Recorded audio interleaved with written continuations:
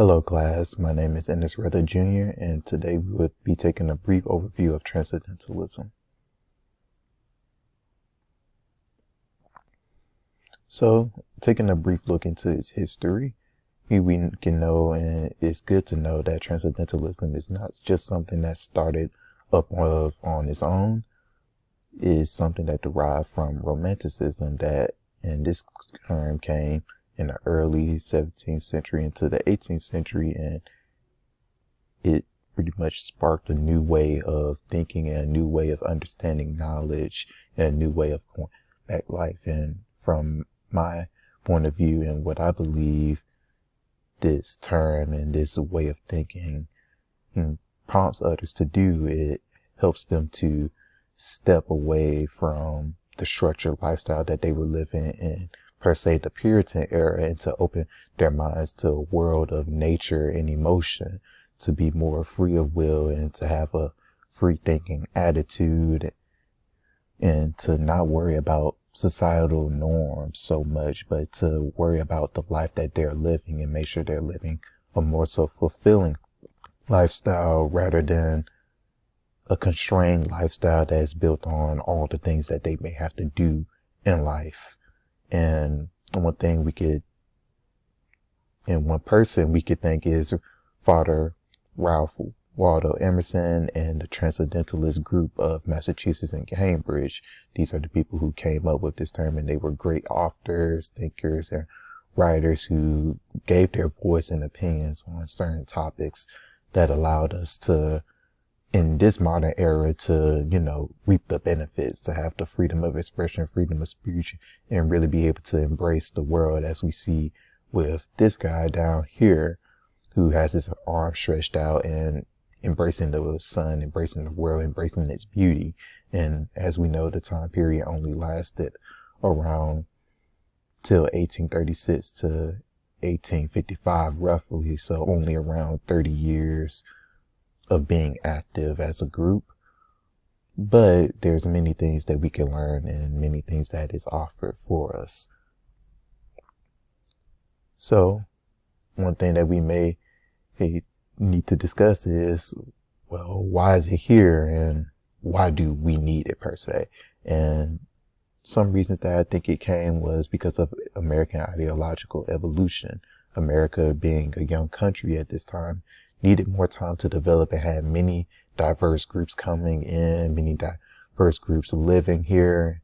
And over time, when you live in a space for a long time and you have time to think to yourself, you start to come up with a different conscience of what America you think should be.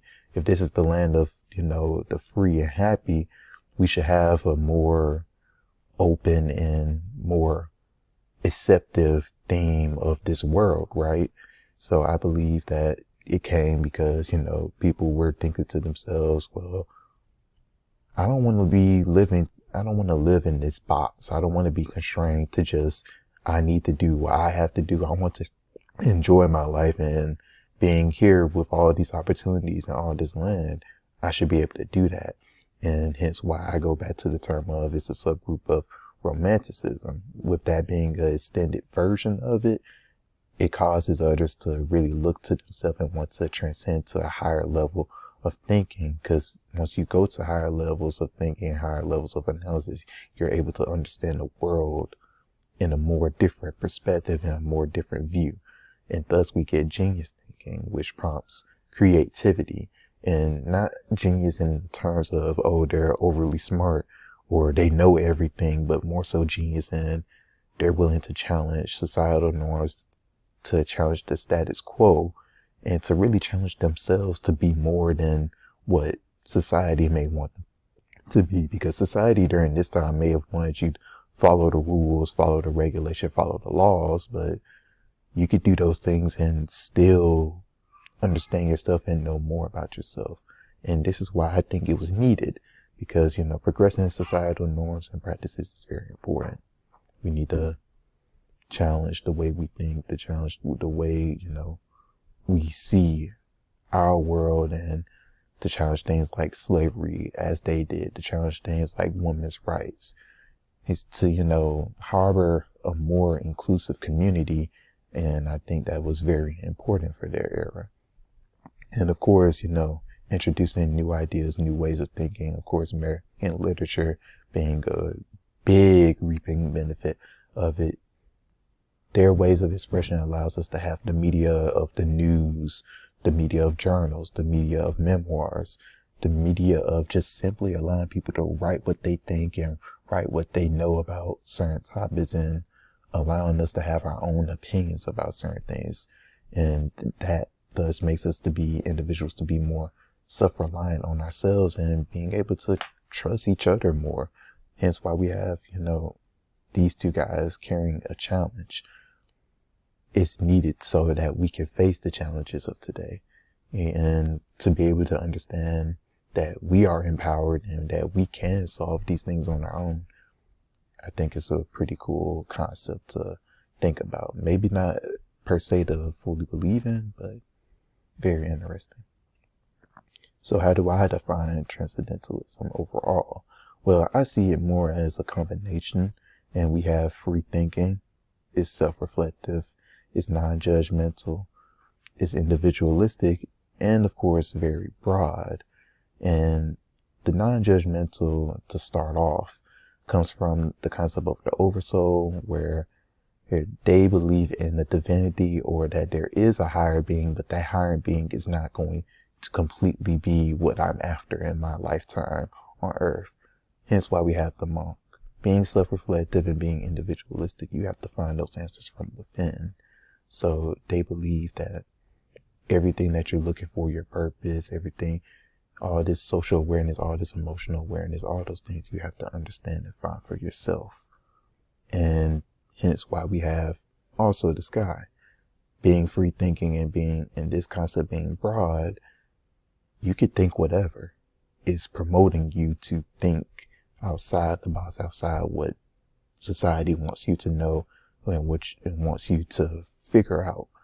It wants you to step away from structure and kind of embrace your own, There's the needs and things that you have to meet in this world, but there's also your wants. And if your wants are very pure, then it's good. So with non-judgmental, well, another key aspect is what they think about in terms of the moral code.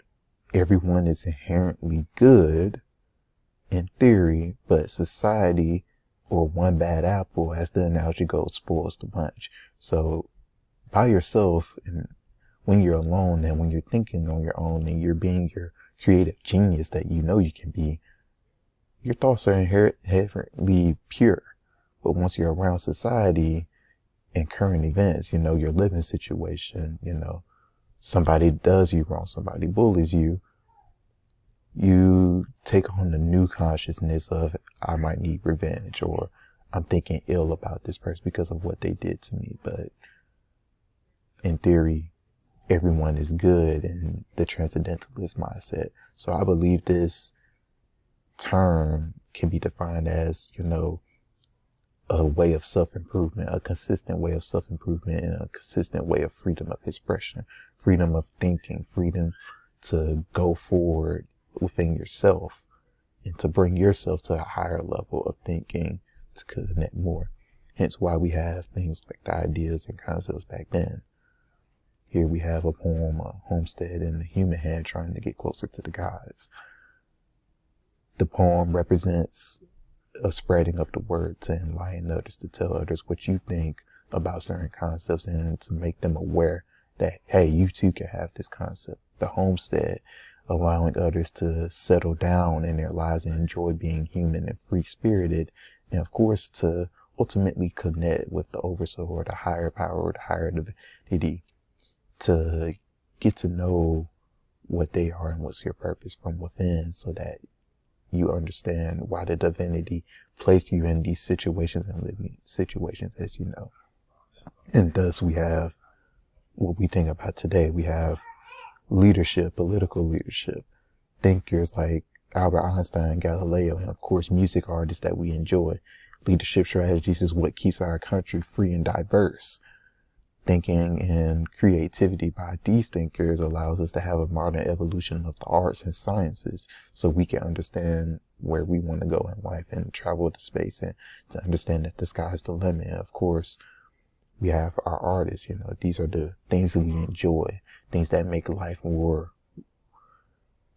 fulfilling and more goal driven. It helps us to enjoy life a bit more.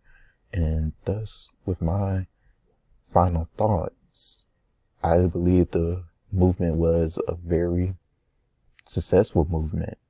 It didn't last long, but it played its role. It allowed people to be expressive of themselves, and it gives valuable insight to how we got to where we are, because history is a play of events. Everything had to happen in contingency with each other to get where we are today. So having the transcendentalist mindset may not be for me all the way per se, but there are very much little concepts about it that I think were very interesting to enjoy. Thank you.